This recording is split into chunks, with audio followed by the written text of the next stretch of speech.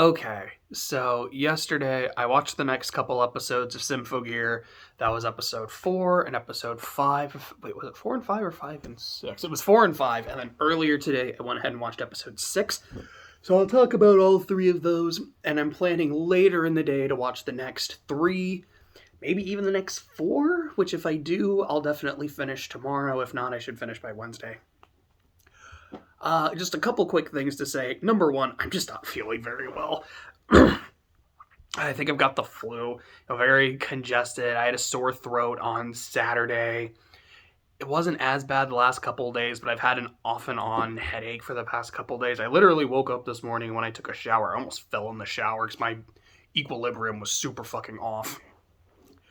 So there might be a point in the middle of the video, like I might be coughing a lot, my voice might sound super scratchy, I'm not sure. I might end up sneezing a few times in the middle of the video. I got a roll of toilet paper off screen to use to blow my nose if need be, so I apologize in advance. Oh, excuse me. The other major thing I need to say before going into details is I've been getting the name of the season wrong for the past few episodes, which I finally noticed. It's AXZ, but I think I keep calling it AXV. But I think the final season is XV, and that's where I got confused. But I noticed it was wrong. I was like, wait a second. Is it AXV or AXZ? Oh, shit. No wonder. So I thought I would go ahead and correct that. I'm probably not going to change the titles of the other 2 videos. I just think it's funny at this point, but going forward, I will say AXZ in the titles, not AXV. But talking about these last 3 episodes, so I'm going to do what I try to do and talk about things off the top of my head and then check my notes after. One of the big moments in these 3 episodes is the tomato scene, which if you are not familiar with it, what happens is Akka, Suku, and Maria, they're out of linker, so while they can still use their Symphogear, it causes an immense strain to their bodies, they can't hold it on for very long, and it's like, if you keep using this, you're probably gonna fucking die. So, their job is to do, whatever they can without using their gear. So at one point, what they're doing is they're running patrols, like, alright, this area is supposed to be evacuated, so if we find anybody here that's still here, we need to get them the fuck out. So they do that, they meet this nice lady who's farming tomatoes, and they have this conversation. Maria's like, I don't really like tomatoes, I don't want to try one. Oh, no, and try it, you might like it. Huh, this is really sweet.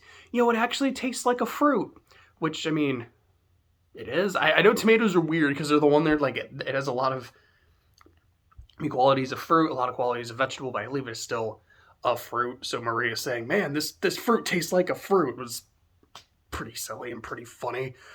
Oh god, I just remember the funniest part of these episodes. Hold up. I'm going to put a quick pin in the tomato thing. By far, the funniest part of the 3 episodes, I have 4, 5, and 6, possibly the funniest thing in the season, is, so our villains are the Illuminati. You get these 3 girls, and then their homunculi, their auto score named Tiki. I did check it, so it is Tiki, so the Fire Emblem thing, it's like, that makes sense. Their boss is a dude named Adam. So Adam shows up in this, like, really nice, sleek, white pimp suit. Immediately discards his pimp suit and is buck-ass naked. And uses the power of alchemy to essentially make a nuke and just nukes an area. It's incredibly badass, because he just made a spirit bomb nuke by himself. It's also really silly because he gets naked and there's kind of no reason for it. But what makes it gold is as soon as he's naked, one of his allies just yells, "What are you trying to show us?" It's like, well, I can think of one good answer to that. It was just like peak Symphogear fucking stupid, silly shit. And I loved it. Oh, I was laughing really hard at that scene. Which it should be. Like, dude, that was crazy. That was badass. Why did you have to ask, what are you trying to show?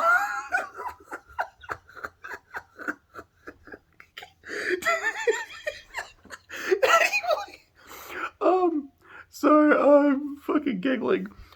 I will get back to the tomato thing, but while I'm talking about the antagonist, I think that's a pretty good transition. I don't like the Illuminati as much as the Alchemists from season 3. I think Carol and the Autoscorers are still my favorites so far to this point. I think, I do like their new designs. I think they're really cool. I mean, I've talked about how much I like Cagliostro. Like, she's bouncy and jiggly. It's wonderful. She's gorgeous. I don't feel the threat level as much, with the exception of Adam, who showed up one time. Like, he showed up again in another scene, didn't really do anything. It's like he showed up one time, fired a nuke, and then left without elaborating. It's like, okay, that's badass. This dude is a problem. But anytime Carol or the Autoscorers showed up, they were kicking ass. They were handling the main characters. And whenever they left, it was like, okay, I'm done here. I'm going to teleport away. I never got the sense of it's because they're like, oh my god, like, we're gonna get our asses kicked, we need to leave, I have a mission, and like, I gotta go. It was always that, like, I'm in control, and I've done what I needed to do, so I'm free to go. Or, like, I'm not having fun anymore. Like Goku and Frieza, when he first turned Super Saiyan, beating Frieza's ass, and then he gets to a point where he's like, I'm done fighting you. I've proven what I needed to. You are not a threat to me. Bye. That's what the Autoscorers were doing. And then by the end of the season, not even by the end, about halfway through, you kind of start to get the inkling of they are trying to get killed. That is the plan. And that's why they're leaving. It's like, I'm going to win the fight and I'm trying to lose. I'll see you later. But here, with the new girls, which something I like a lot is I just like the name of their transformation thing. It's not the Symphogear. They're called Faust robes. That's pretty sick. They use Philosopher Stones to transform. That's really cool. And the Philosopher Stones, like, hard counter, like, they cancel the Ignite forms. That's a problem. Canceling the ignition is a problem, for sure. But it feels like they summon cool monsters like the dragon thing, which it's not really a dragon technically. It's more like a giant snake. It's like a metal, like they summoned Metal Seadramon, but I'm going to count it as a dragon. It makes me happy. And then in these episodes, they summon like this King Ghidorah dragon, except it's like a rusty red rather than gold. I'm like, that's fucking cool. But they themselves aren't really doing a whole lot. And it's like, all right, when their thing gets destroyed, they leave. And it feels, part of it is kind of like with the Autoscorers. It's like, all right, we did what we wanted to do, now we're good. But some of it also kind of feels like, I'm not in a good situation. I'm kind of getting my ass kicked. I need to go. I'm hoping in the next couple episodes I'll actually see them really fighting in their Faust robes. And it looks like that's what's going to happen in the next episode. And then I'll get a better sense of like, no, okay, they are actual threats. They're badass. But at this point, it feels more, they feel a lot like the FIS members, where they're capable. You might lose, but they feel more or less on the level of the protagonists, rather than, oh, these are a problem. Again, with the exception of Adam. And then there's Tiki, the Autoscorer girl that's just super obsessed with Adam. I haven't seen her fight. I don't know if she does. I don't know if she can. She's kind of annoying. It's like, I don't know if this is endearing or if I find it kind of annoying. I'm leaning more toward annoying, but again, if I see her more, I might think she's cool. Back to the tomato. So the old lady's talking about, like, the tomato. Maria's like, yeah, this is really sweet. This is actually fucking delicious. And so what the old lady says is like, here's the trick. You can't spoil your tomato when you're growing it. It's best to have them grow up in a more kind of harsh environment, because growing up in a harsh environment will make them stronger. Or in this case, it'll make the fruit taste sweeter. You have to endure to, really enjoy the fruits of your labor. Which is something that kind of sticks with Maria for a couple episodes. And she and Elf9, who I gotta say, I do like Elf a lot, and I really like her relationship with Maria. They have a very sweet friendship, like a sisterhood, and like I like these two together whenever they interact. Again, not in like any kind of shipping way, just it's wholesome and it's pleasant. And I feel like they really do bring out the best in each other. But so, Elf is having a lot of problems. She's like, I want to be able to make the linker recipe, but I just can't fucking do it. I'm trying. And Maria's like, I fucking believe in you. Now we're going to have to kind of figure some shit out while you're working on it, but I believe that you will. So they come up with the idea to basically mind meld and like link up with each other's minds and shit, which they do. And because they're in Maria's mind, like, what can we learn about like the part of the brain that the Symphogear connects to, so I can learn what's missing in the linker recipe. And of course, when they're in Maria's mind, Dr. Vare is there. And I'm seeing this, I'm like, this motherfucker has more lives than Baxter Stockman. What the fuck? How is he not dead? But like, no. He is still dead. This is just like a memory. I have never been a memory. But he's not on screen for very long, but when he's there, it's Vare, it's Sugita being Sugita, and it's wonderful. It really does feel like, I'm like, okay, they just wanted an excuse to bring him back. To just have an episode where, even if it's not for a lot, they could just have him be over the top and say insane bullshit. And I hope it happens again in season 5. I don't know if it will. It'll probably be bullshit if it does, but I really need more Dr. Vare. Like, I need 10 cc's of Vare's stat. Oh, gosh. I freaking love Sugita, dude. I love Gintoki. Like I've said, I just keep thinking of Gintoki every time. But anyways, Maria's having a lot of flashbacks. You know, there's quite a few of her and her sister, and a lot of her and her mom, old Natasha, just being horrible. Like she has a fucking riding crop which she uses to beat the kids. Like she would like hit Maria until she was bleeding. It's like, you failed vessels. You know, if you couldn't support us by becoming vessels, then you'll support us with your blood and your sweat and your tears and shit. And there's a point where after Maria's seen a few of those, and then she has this revelation about, you know, the power of love, and like the part of the brain that the Symphogear connects to is the part of the brain that's about altruism and protecting people, so it's the part about love. And the power of love is a curious thing. It makes one man make another man sing. Change your heart to a little white dove, more than a feeling. It's the power of love. Back to the Future, one of my favorite movies of all time. Also, with just the combination of like talking about love and Natasha's discipline, I thought of Ren and Stimpy. I don't know if you've seen the band episode with the oar, but it's discipline that begets love. You just beat the shit out of a dude with a fucking oar. Anyways, Maria comes to this conclusion where she's like, you know, I was the tomato, which is weird to say with a straight face. She's like, I was the tomato. You know, I was placed in a harsh environment and it made me stronger. I don't think I would have been as strong physically. I don't know if I would have been as strong emotionally if I hadn't gotten through that. You know, Mom used to say horrible things. She used to beat me with a riding crop, but she looked so sad when she was doing it. So like, she didn't want to, but it was for my own good, you know. Thank you, Mom.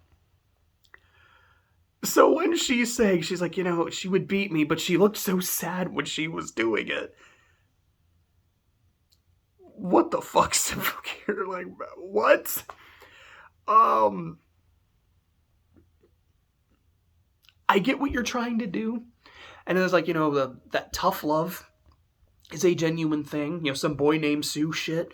Or sometimes, you know, you put your child in a tougher situation because you know they're going to need that to get through it, I guess. But that's child abuse. Like, just seeing what, like, her, like, it was episode 6 was showing the memory, or sorry, episode 5 was showing the memories, and then episode 6 was Maria going, oh, I'm a tomato, it's okay. I remember watching episode 5 and literally writing down, am I supposed to like her mom? Because even in G, I felt that she was just kind of awful with the way she treated these kids. And then here in AXZ, not AXV. Did I do that right? Yeah, it is AXZ. It's like, yeah, you're just kind of awful. And then Maria going, no, it's okay. She felt bad when she was beating me with a riding crop until I bled. Well, I guess that makes it okay. And I remember I was actually reading the comments on the episode, which is something I haven't done, really. Like, every now and then I'll kind of I'll scroll a little bit. I'll take a stroll through the comment section. But not super often, so I'm just watching it on Crunchyroll. And I noticed, like, most of the comments were just like, yeah, what the fuck was that shit? That's called abuse. That is child abuse. That is not sympathetic. Again, there is a difference between discipline and that, then tough love and what these kids went through. Like, I'm kind of surprised that Maria is as mentally stable as she is, given everything that she went through as a kid. Like, I don't really like Natasha. I don't know if I feel like I'm supposed to. I feel like this episode in particular is kind of supposed to make you go, well, she did it. The harsh things she did were for the right reasons. She did it out of genuine love. I'm like, there might have been genuine love, but, there's also the part of my brain that goes, so they're failed vessels of Fine, but Suku isn't. How did they not catch that? It's like, what were they doing to test? Because clearly they got it wrong. But I also saw that Ryoko in one of the flashbacks was there. So what I'm assuming was they were trying to resurrect Fine. Ryoko got possessed by her. And then, I guess, after she died, then it went to Suku. But that means at some point, while Natasha was her guardian, Suku became Fiend, which means she should have been able to tell. But she never could. Which kind of makes it all worse. As like, yeah, I'm doing these experiments, so you guys will, like, become vessels. One of them does. You useless pieces of shit, you haven't become vessels. You're just kind of awful. Speaking of Akka and Suku, though, they got some baller fucking transformation sequences. Like, Akka's, I think, was in one of yesterday's episodes, like, really smooth, really slick. Suku's was fucking cool. Like, her just, like, doing all this cool shit with the yo-yos around her body, and then every time she did, like, another part of her, Symphogear would appear. The season 4 transformations have been fucking money. We also got another sight of the, skirt buzzsaw, which I love. We got a really fucking sick dive kick. We had a couple good dive kicks in this last episode. Like, Beaky is just throwing hands again. Yeah. I was trying to say, I know I'm sounding like a little going all over the place right now, and I got tongue-tied. So, the King Ghidorah dragon, Beaky is fighting it, and every time, they do enough damage to it, it splits into another dragon, like a Hydra. So there's essentially one each. Subs takes care of hers. Chris takes care of hers. Beaky is just fucking throwing hands constantly, and she dive kicks it so hard it explodes. That was wonderful. Akka and Suku, after Elf9 is able to crack the code on Linker and make some, they enter the fight against the Illuminati on fucking fighter jets, and then jump out of the fighter jets, and that was great. Transformation sequence, and then during the fight, they just get this really cool, duo dive kick that, blows up an airship. It was wonderful. And yeah, again, it's like seeing Akka and Suku just kind of hauling ass. I'm like, how threatening are the Illuminati? Like, they weren't transformed yet? Maybe that's kind of the idea, is the reason they don't seem so threatening is because they're not really playing for keeps, but they just don't seem that tough at the moment. What else did I want to say? I know we got backstory for one of them, Saint Germain. She was a slave when she was growing up. It seemed like her mom was the mistress of one of the lords. This was like in ancient Rome or some shit. I'm not hundo when it was. Her mom died of malnutrition. And it seems like she just kind of hates, maybe not all of humanity for this, but she feels like things are, because I know the word she uses a few times is freedom and liberation. We were trying to liberate the human race, free the human race, I guess, from control and class systems and such. And I did notice, I believe it was in the end of episode 4, possibly episode 5, I think it was 4. Excuse me. When she and Beaky are starting to fight, And she's like, I want to save humanity. I want to help humanity. And Beaky's like, oh, cool. Then we don't need to fight then. Because I also like helping people. Kind of my shtick. I protect people. That's why I have my determination to fist. We can talk this out and figure out what we agree on, what we don't agree on. Maybe we don't have to fight. And that's when Adam showed up.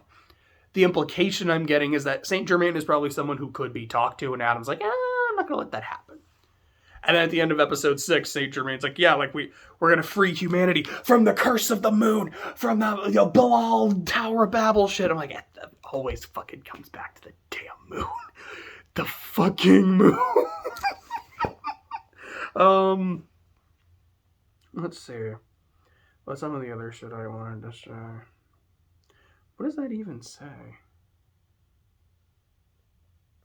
I have no idea what the fuck that says. We're just gonna ignore that line there. Oh yeah, there was one thing where they're talking about how Symphogear research started back in World War II. I just wrote that down. I thought that was kind of interesting. We did finally meet Tsubasa's grandpa. He just seems like he's an old asshole, but it is what it is. Oh yeah, there are a lot of times where people were just surfing on missiles.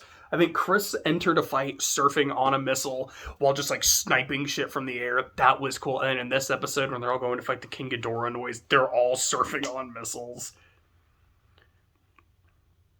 The tomato stuff. Oh yeah, there was also this part. It was when they were getting knocked out of their Ignite forms, when Tsubasa was going to attack. Looked absolutely beautiful. I think it's probably would have been one of the best looking sequences in the show, where she's got like a blue fire and red fire all around her, does an attack, and there's like the big light that encompasses. Like, it just looked gorgeous. I think this was episode. Excuse me. I believe this was near the end of episode 4. Yeah, fucking shit with Adam. What are you trying to show us? And then in episode 5, the doll girl, Patrol or something like that, she's looking through the eyes of a doll, or it's like the eyes of some spy to spy on them. You would look through a spy to spy on them. It was the fucking Hypnotoad from Futurama. I got a really good laugh out of seeing the Hypnotoad. Oh yeah, the kid that Chris shot is getting a prosthetic leg, so he might make a full recovery. He might be able to go back to playing soccer. And then Chris kind of has this line about, like, sometimes when you make a snap judgment, you're not sure if you made the right choice. Like, maybe in this kind of situation, there is no right choice. I'm like, Chris, what the fuck are you talking about? Again, if this was very clear, like, he's not going to recover, and, it's like, even as a kid, he seemed like he had this really promising future. He could have been the star. He could have gotten, I don't know if Valverde is an impoverished country or something. It's like he could have, gotten his family out of poverty or blah, blah, blah, blah, blah. And you took that from him. I get it. Now it's that or he fucking dies, but I would get it a bit more. But it's like, man, you did this thing that saved his life. And he's going to make a full recovery from the damage. Yeah, but I don't think there was a right choice. You clearly made the right choice. What the fuck are you talking about?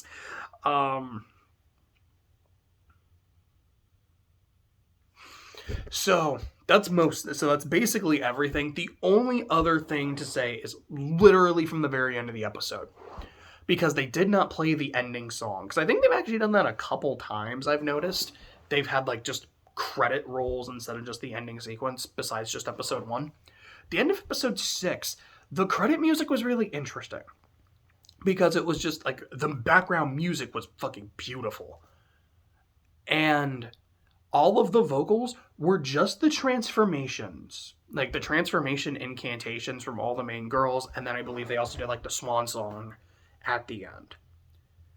And I don't know why. Now, maybe that's some shit about your Symphogears are about to get completely fucked up, and so you're not going to hear the transformation music for a while. It could be something like that. My assumption would be, now that the linker has been fixed, Maria, Akka, and Suku are now, like, in the fight for sure. So it's kind of a nice way of saying, like, everyone is here. Gang's all here. We're squatting up. But I remember listening to it, and kind of when I realized what was happening, I was like, wait a second. Why are we doing this halfway through season 4? Because if this was in, like, the last episode, And that's the credit music for the last episode. It's everyone doing their transformation to kind of just sink in that, like, this is the last time you are going to hear it.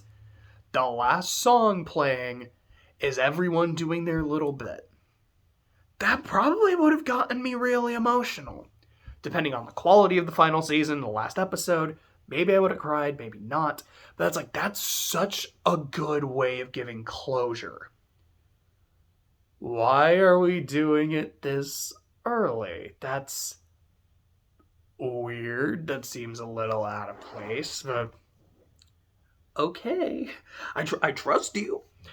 But that happened. I thought that was worth talking about. So that was episodes 4, 5, and 6 of AXZ, not AXV, although I almost said it again. Fuck. And like I said, hopefully today I'll watch another 3 episodes. Maybe 4, probably not 4. But I'll try to do another 3. And then hopefully finish Tuesday, or if not Tuesday, finish on Wednesday.